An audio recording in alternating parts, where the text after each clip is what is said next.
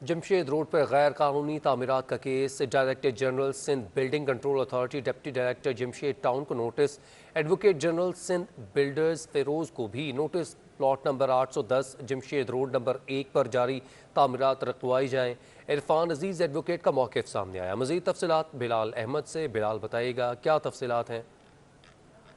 जी, इरफान अजीज advocate ने Sindh high court को बताया कि जमशेद रोड पर प्लॉट नंबर 810 पर ये गैर कानूनी तामीरात जारी हैं। 2 मंजिला इमारत की इजाजत है, लेकिन 4 मंजिला इमारत वहां पर बनाई जा रही है। इस हवाले से सिंध बिल्डिंग कंट्रोल अथॉरिटी को शिकायत की गई थी, मगर किसी किस्म की कोई सुनवाई नहीं हुई, जिस पर अदालत ने director general Sindh building control authority, deputy director Jamshed town और दीगर को नोटिस जारी कर दिए हैं। इसके साथ एडवोकेट जनरल सिंध और जो बिल्डर फिरोज है उसको भी नोटिस जारी किए हैं और जवाब तलब कर लिया है। जी जी। ठीक है, बहुत शुक्रिया बिलाल, आपने अपडेट किया। कराची पुलिस के थाने आवाम के लिए सहूलत या टॉर्चर सेल। सीनियर पुलिस अफसर की गुलशन थाने के इंस्पेक्शन में अहम इंकशाफात सामने आ चुके हैं। मजीद जानते हैं अपने नुमाइंदे साउद बिन मुर्तज़ा से, जो कि इस वक्त थाने के बाहर मौजूद हैं। साउद बताएगा ये मामला क्या है, टॉर्चर सेल बनाया गया है या आवाम की सहूलत के लिए थाने बनाए गए हैं। जी बिल्कुल, एक जानिब कराची पुलिस मॉडर्न पुलिसिंग और थानों की बात करती है, तो दूसरी जानिब कराची पुलिस के अफसरान के ही रिपोर्ट और रिमार्क्स में थानों के अंदर स्पेशल पार्टियों की जानिब से टॉर्चर सेल और स्पेशल पार्टियों का इंकशाफ हुआ है। 29 तारीख की रात को SSP इन्वेस्टिगेशन ईस्ट ने इंस्पेक्शन के लिए गुलशन थाने का दौरा किया, तो मरकज़ी दरवाज़ा ही बंद था और अमला गायब था, क्योंकि थाने आवाम के लिए हर वक्त खुले रहने चाहिए, लेकिन इसके बावजूद दरवाज़ा बंद था। अंदर दाखिल होने पर भी अमला आगे पीछे था, आवाम को देखने के लिए कोई मौजूद नहीं था। जिसके बाद SHO के कमरे से एक शख्स बरामद हुआ और उसने बताया कि SHO की जो स्पेशल पार्टी है वो उसको यहाँ पर लाई और उसको मालूम नहीं कि किस वजह से उसको थाने ला के बिठाया गया है। जबकि स्पेशल पार्टियाँ हैं वो भी गैर कानूनी तौर पर जो है चलाई जाती हैं। इसके साथ साथ थाने में भी उस शख्स की किसी किस्म का कोई रिकॉर्ड या एंट्री या थाने के अमले को मालूम नहीं था कि किस वजह से उसको लाया गया है। और थाने की हालत के हवाले से ये लिखा गया है रिपोर्ट में कि 3rd क्लास रेलवे स्टेशन से भी बदतर हालत थी, जबकि थानों की हालत ऐसी होनी चाहिए कि आवाम अपने आप को महफूज फील जो है थाने में करे, ना कि उनको खौफ आए। आप ये कह सकते हैं कि आवे का आवा ही जो है थाने का बिगड़ा हुआ था। SHO समेत पूरी नफरी, पेट्रोलिंग की नफरी को चेक किया गया तो 3 मोबाइलें थी थाने की, वो तीनों पेट्रोलिंग पर मुख्तलिफ इलाकों में जो है अपने हदूद में मौजूद थी, लेकिन जो वायरलेस ऑपरेटर था वो भी गायब था। इसलिए ऐसा लगता है कि पूरा थाना ही इस तरह के क्राइम और जराइम में मुलव्वस है, जिस पर आला हुक्काम DIG ईस्ट और कराची पुलिस चीफ को कहा जा रहा है कि इस पर जो है रिपोर्ट लिखी जाएगी, ताकि गफलत और लापरवाही पर जी तमाम ठीक है, बहुत शुक्रिया साउद, आपने अपडेट किया। सिंध हाई कोर्ट से खबर शामिल करेंगे। बहादुराबाद क्लब पर मुबैना गैर कानूनी तामीरात का यह मामला है। DG Sindh building control authority को एक बार फिर से तौहीनी अदालत के नोटिस जारी कर दिए गए। बशीर सिद्दीकी डायरेक्टर लैंड को भी तौहीनी अदालत के नोटिस जारी किए गए। अदालत ने फैसले पर अमल दरामद करने से मुतालिक 21 सितंबर तक वजाहत तलब कर दी है। बताया जाए अदालती हुक्म पर अमल दरामद क्यों नहीं किया गया, अदालत ने मजीद इस्तफसार भी किया। अपडेट करें आपको। Sindh high court Bahadurabad club पर मुबैना गैर कानूनी तामीरात का ये मामला है। DG Sindh building control authority को एक बार फिर से तौहीनी अदालत के नोटिस जारी कर दिए गए, जबकि बशीर सिद्दीकी डायरेक्टर लैंड को भी तौहीनी अदालत के नोटिस जारी किए गए। अदालत ने फैसले पर अमल दरामद करने से मुतालिक 21 सितंबर तक वजाहत तलब कर दी है। अदालत ने इस्तफसार किया और कहा कि बताया जाए अदालती हुक्म पर अमल दरामद अभी तक क्यों नहीं किया गया है। सिंध हाई कोर्ट से खबर शामिल कर रहे हैं। बहादुराबाद क्लब पर मुबैना गैर कानूनी तामीरात का यह मामला है। DG Sindh building control authority को एक बार फिर तौहीनी अदालत का नोटिस जारी किया गया। बशीर सिद्दीकी डायरेक्टर लैंड को भी तौहीनी अदालत का नोटिस जारी किया गया। अदालत ने फैसले पर अमल दरामद करने से मुतालिक 21 सितंबर तक वजाहत तलब कर दी, जबकि अदालत ने इस्तफसार किया कि बताया जाए कि अदालती हुक्म पर अमल दरामद क्यों नहीं किया जा रहा है। अपडेट करें आपको हम खबर के हवाले से। डायरेक्टर लैंड को भी तौहीनी अदालत के नोटिस जारी किए गए हैं। मजीद तफसीलात बिलाल अहमद से जानेंगे। बिलाल बताइएगा क्या तफसीलात हैं।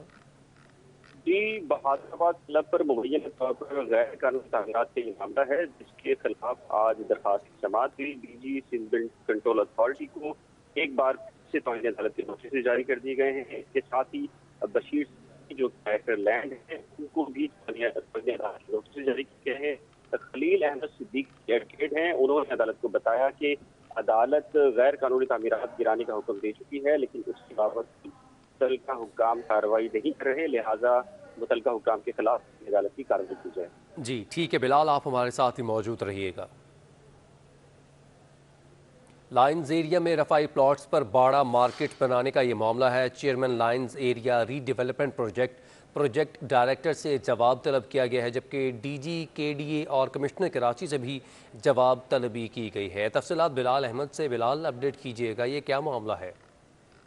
जी देखिए, मौलाना तनवीरुल हक थानवी और दीगर लाइन्स एरिया के रिहायशियों की ये दरख्वास्त है, जिसमें मौक़िफ़ अख्तियार किया गया था कि लाइन्स एरिया में 2 ऑक्शन प्लॉट हैं जो कि बहुत बड़े प्लॉट्स हैं, वहाँ पर बाड़ा मार्केट कायम कर दी गई है। जबकि जो पीडीडी स्ट्रीट जो कि मलिका इलाके से जुड़ी हुई है, वहाँ पर ट्रैफिक का एक बहुत ज़्यादा दबाव होता है। इसके साथ ही एक गर्ल्स कॉलेज भी वाक़ है और बाड़ा मार्केट बनने के बाद वहाँ पर ट्रैफिक और दीगर मसाइल जन्म लेंगे। लिहाजा जो बाड़ा मार्केट को बनाया गया है, इसके खिलाफ कार्रवाई की जाए, जिस पर अदालत ने chairman lines area redevelopment project director, DG KDA, commissioner Karachi और दीगर को नोटिस जारी किए हैं और उनसे जवाब तलब किया है। बहुत शुक्रिया बिलाल अहमद, आपने अपडेट किया।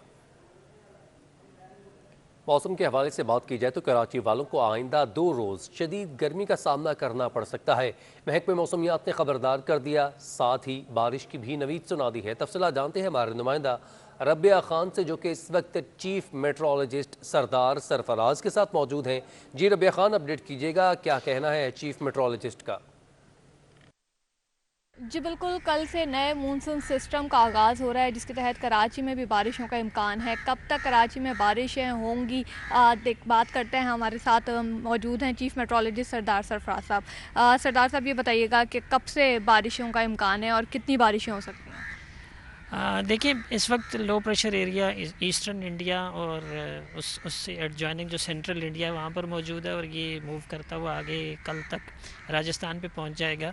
तो फिर हमारे एरिया में उसके नतीजे में हवाएं दाखिल होंगी। जो आपका थरपारकर डिस्ट्रिक्ट है, बदीन, उमरकोट, सांगड़ और ऊपर सक्खर, घोटकी वगैरह, उन एरियाज़ में कल से शुरू होगी और कल से लेके 3 तारीख तक, 3 सितंबर तक वहाँ इन डिस्ट्रिक्ट्स में इस तरह से है। और कराची, हैदराबाद, बदीन और ठट्ठा और इन एरियाज़ में पहली से 3 तक है इम्कान। और जनरली मॉडरेट टाइप बारिश है, कोई इतनी बहुत ज़्यादा हैवी नहीं, लेकिन किसी किसी जगह पे ख़ासकर जो बदीन और थरपारकर डिस्ट्रिक्ट हैं वहाँ पर किसी आइसोलेटेड जगह पे थोड़े हैवी फॉल्स भी हो सकते हैं। वो मानसून हवाएं या हवा का लो प्रेशर एरिया जो होता है ना, कम दबाव, वो जब हमारे एरिया के करीब आता है तो उसके नतीजे में ये सी ब्रीज़ थोड़ी सी वो हो जाती है, कम हो जाती है। तो आज भी गर्मी रहेगी, गर्म और मरतूब मौसम। कल भी गर्म और मरतूब मौसम। परसों भी पहले हाफ में गर्म और मरतूब मौसम ही होगा, उसके बाद फिर आफ्टरनून में बिल्डअप हो के फिर चांसेस होंगे कि रेन, गरज चमक के साथ बारिश हो जाए। परसों इम्कान है 1 तारीख से। तो कल और परसों दोनों दिन टेम्परेचर वही 36 से 38 के दरमियान रहने का इम्कान है। आज 35 या 36 तक आज भी जा सकता है, लेकिन कल और परसों 37-38 तक जा सकता है। तो गर्म और मरतूब मौसम पहले, परसों भी, और फिर शाम में फिर चांसेस होंगे बारिश के। आज बिल्कुल चीफ मेट्रोलॉजिस्ट हमारे साथ मौजूद थे और उनका यही कहना था कि आज और कल और 1-2 दिन और जो है वो शहरियों को गर्मी का सामना होगा, लेकिन 2 दिन बाद जो है वो बारिश का इम्कान है और शहर के मुख्तलिफ इलाकों में कहीं हल्की और कहीं गरज चमक के साथ तेज़ बहुत बारिश। शुक्रिया रबिया खान, आपने अपडेट किया इस हवाले से। आगे बढ़ें, आपको बताएं कि शहबाज शरीफ ने इस वक्त कुछ देर कबल मज़ार कायद पर हाज़िरी दी और मीडिया से गुफ्तगू करते हुए उन्होंने कराची के हवाले से बातें की। उनका कहना था कि अगर मौका मिला तो कराची को एशिया का पेरिस बना दूंगा। इस वक्त शहबाज शरीफ कराची में मौजूद हैं, अहम मुलाकातें कर रहे हैं। गुज़िश्ता रोज़ PDM का जलसा भी हुआ, खिताब भी किया उन्होंने। उनका कहना था कि हम कराची के लोगों के, आवाम के जो मसाइल हैं उन्हें जानते हैं और उनको ठीक करने के लिए हम वक्त तैयार हैं। पीपल्स पार्टी ने जो कुर्बानियाँ दी हैं कराची के लिए, सिंध के लिए, उनकी भी तारीफ़ करते रहे।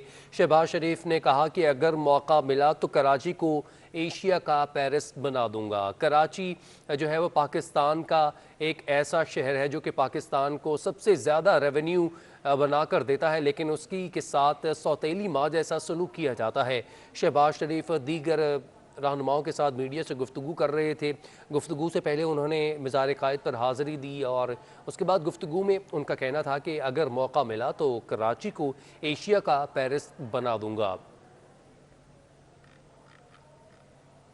अपडेट करें आपको हम खबर के हवाले से। शहबाज शरीफ ने अब से कुछ देर कबल मज़ार क़ायद पर हाज़िरी दी, जिसके बाद मीडिया से गुफ्तगू करते हुए उनका कहना था कि अगर हुकूमत करने का दोबारा मौका मिला तो कराची को एशिया का पेरिस बना दूंगा। कराची पाकिस्तान का ऐसा मुल्क है जिसने कराची ने ज़्यादा रेवेन्यू बना के देता है पाकिस्तान को, लेकिन कराची के इतने मसाइल हैं। कराची में ट्रांसपोर्ट पर अरबों खर्च होने चाहिए, कराची के पानी के मसाइल पर अरबों खर्च होने चाहिए, लेकिन उनका कहना था कि अगर मौका मिला तो कराची को एशिया का पेरिस बना दूंगा।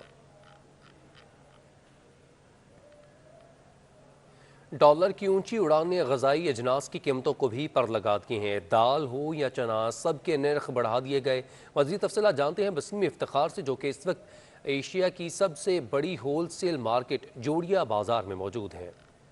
बिल्कुल, डॉलर की कदर में इजाफे का इम्पैक्ट हम देख रहे हैं कि मुख्तलिफ जो होल सेल मार्केटें हैं, बिलखुसूस जोड़िया बाज़ार में देखा जा रहा है। चूँकि डॉलर की कदर में इजाफे की वजह से बहुत सी दालें जो है वो महंगी हो गई हैं। जो ताजिर हैं उनका बताना यह है कि दालें मुख्तलिफ ममालिक से इम्पोर्ट की जाती हैं, तो इस वजह से दालें जो हैं वो महंगी हुई हैं। मैं आपको बताऊँगा कि मसूर की दाल जो है कि वो 30 रुपये महंगी होकर 165 रुपये फ़ी किलो होल सेल की सतह पर हो गई है। इसी तरीके से साबित मसूर जो है वो 25 रुपये महंगी होने के बाद 155 रुपये हो गई है, और इसी तरीके से माश की दाल 4 रुपये महंगी होने के बाद 210 रुपये हो गई है। बड़ी मूंग की कीमतों में जो है वो कमी देखने में आ रही है। बड़ी मूंग की दाल जो कि पहले 230 रुपये फ़ी किलो थी, वो 105 रुपये कम होकर 125 रुपये फ़ी किलो हो गई है। जबकि चने के हवाले से बात करें तो चना जो है वो मुख्तलिफ ममालिक से दरामद किया जाता है, बिलखुसूस USA से चना जो है वो पाकिस्तान आता है, तो चने की कीमत में भी इजाफा हुआ है और चना जो है वो 50 रुपये महंगा हो गया 210 रुपये हो गए। चीनी के हवाले से बात करें तो चीनी की कीमतों में भी इजाफा हुआ है। चीनी जो है वो 3 रुपये तक महंगी हो गई है। चीनी की जो एक्स मिल फ़ी रेट है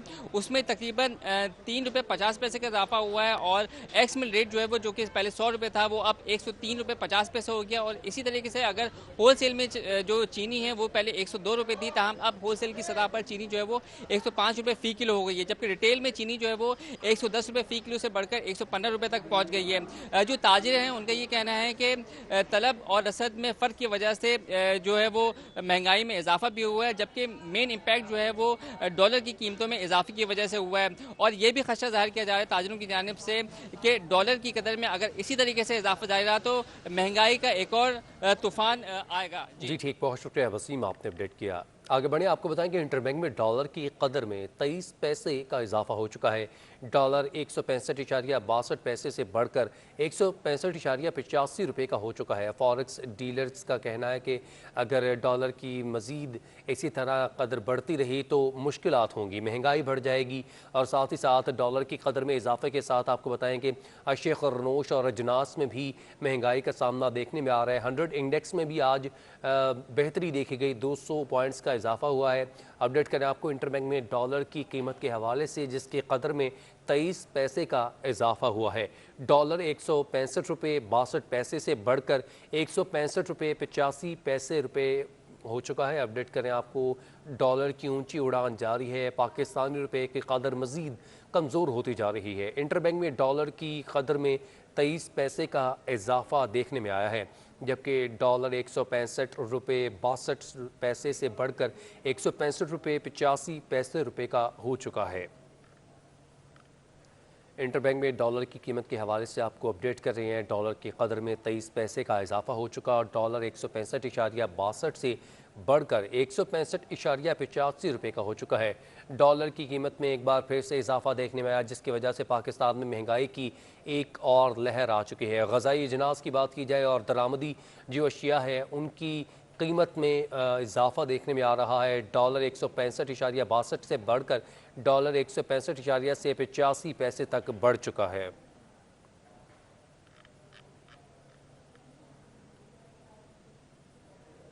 पाकिस्तान स्टॉक एक्सचेंज में कारोबारी हफ्ते के पहले रोज़ सरमायाकार सरगर्म नजर आए। सुबह से स्टॉक मार्केट में मुस्बत इशारे के साथ मार्केट का आगाज रहा। महीने के आखिरी रोज़ मार्केट माहिरीन का कहना है कि मार्केट में आज मिला जुला रुझान देखा जा सकता है। मजीद अपडेट के लिए जानते हैं नुमाइंदा अयाज राना से। अयाज, बताइएगा क्या तफसीलात हैं मार्केट में, क्या रुझान देख रहे हैं आप वहाँ पर?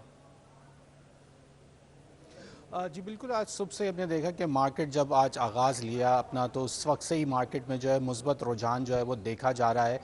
सरमायाकारों की जानिब से आज दिलचस्पी दिखाई जा रही है, जिसके अंदर अगर सेक्टर्स की बात करें तो तमाम सेक्टर्स के अंदर कोई ऐसा सच वो जो है वो काम करते हुए नज़र नहीं आ रहे। तमाम सेक्टर्स के अंदर जो है वो रेड और ग्रीन का जो है वो नज़र आ रहा है। इस वक्त तक 156 पॉइंट्स जो हैं वो बोर्ड के ऊपर इस वक्त जो है वो नज़र आ रहे हैं और 47,256 की सतह तक जो है वो इस वक्त हमने देखा कि जो है मार्केट ट्रेड करती हुई 100 इंडेक्स हमको नज़र आ रही है। हमने माहिरीन से आज जानने की कोशिश करी कि अब तक मार्केट को जो है वो जिस तरीके से सोचा जा रहा था वो क्यों नहीं जो है वो सपोर्ट मिल पा रहा है। तो उनका यही कहना है कि इंटरनेशनल सूरत हाल की वजह से जो है वो बड़े प्लेयर्स जो हैं वो मोहतात नज़र आए। जबकि हमने देखा IMF की जानिब से जो 2 बिलियन का जो इमदाद दी गई, उसके बाद भी मार्केट में वैसा इम्पैक्ट नहीं आया जैसा कि सोचा जा रहा था। साथ साथ वही डॉलर की कीमतें भी जो हैं वो स्टेबिलिटी की तरफ नज़र आ रही हैं, जिसके बाद से आज हमने देखा जो इंट्राडे पे जो लोग इन्वेस्टमेंट करते हैं उनकी जानिब से आज एक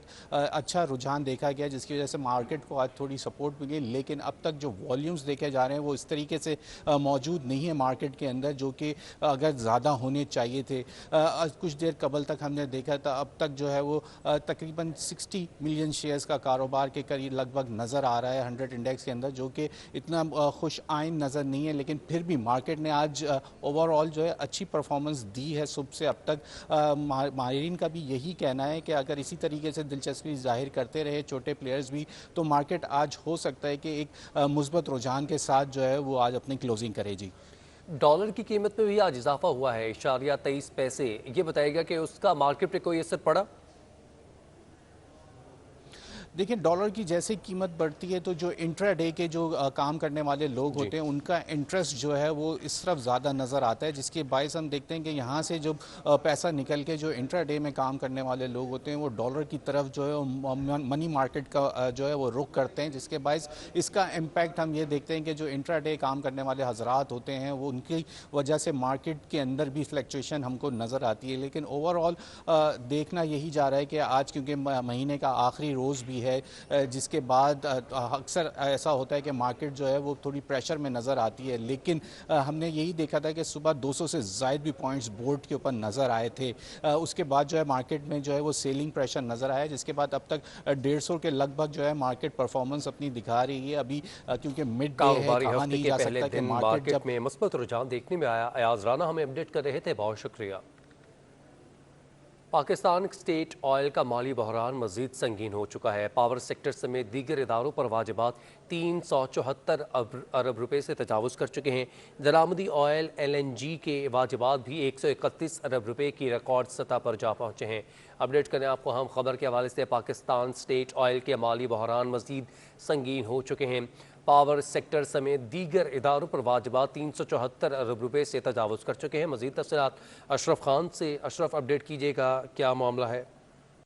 जी, PSO का माली बहरान मजीद संगीन हो गया है। जो सर्वे हुआ है और जो रिपोर्ट सामने आई है, PSO के पावर सेक्टर समेत दीगर इदारों पर वाजिबात 374 अरब रुपए से तजावज़ कर गए। सिर्फ पावर सेक्टर पे 185 अरब रुपए के वाजिबात हैं जो कि पावर सेक्टर ने PSO को अदा करने। साथ ही दरामदी LNG भी PSO के लिए दर्द सर्द बन गया है और यहाँ पे देखा जाए दरामदी LNG का बिल भी आदम अदायगी पे 131 अरब रुपए से तजावज़ कर गया है। और यहाँ जो रिपोर्ट आई है वो ये आई है कि माली साल 2021 में जो PSO ने जो 74 के करीब दरामदी जो LNG के कार्गो दरामद किए थे और मजमूई तौर पर दो जो टर्मिनल है LNG के, उससे यौमिया 12,000 मेट्रिक टन जो है LNG की सप्लाई की गई थी। यहाँ पे स्वीट नॉर्दर्न गैस जो है LNG इस्तेमाल कर रहा है, उसके वाजिबात की अदम अदायगी पर PSO को मसाइल हो रहे हैं, बैंकों से कर्जे लिए जा रहे हैं। और सर्कुलर डेट की अगर बात करें, ये तमाम जो पेमेंट अगर नहीं होती है सर्कुलर डेट में मुसलसल इजाफा हो रहा है और जो कर्जे लिए जाते हैं उस पर इजाफी जो इंटरेस्ट होता है उसका भी बोझ आता है, जिसकी वजह से सर्कुलर डेट इजाफा होता है। यहाँ पे PSO की जो अभी रिपोर्ट आई है उसमें सबसे बड़ा कंसर्न ये दिया गया है कि पावर सेक्टर के जो 185 अरब हैं उसके साथ दरामदी LNG का बिल भी जो 131 अरब तजावज़ कर गया है। जी। 616 केसेस रिपोर्ट हो चुके हैं।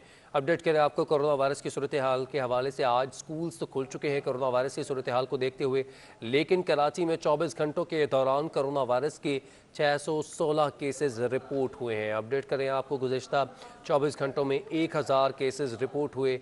1162 केसेस का ताल्लुक कराची से है, जबकि 616 सिंध में 22 अफराद कोरोना वायरस के सबब जान की बाजी हार गए। मज़ीद तफसीलात किफ़ायत अली से। किफ़ायत, अपडेट कीजिएगा, क्या तफसीलात हैं? आज तो स्कूल्स भी खुल चुके हैं, बताइएगा क्या कोरोना वायरस कंट्रोल हो पाएगा?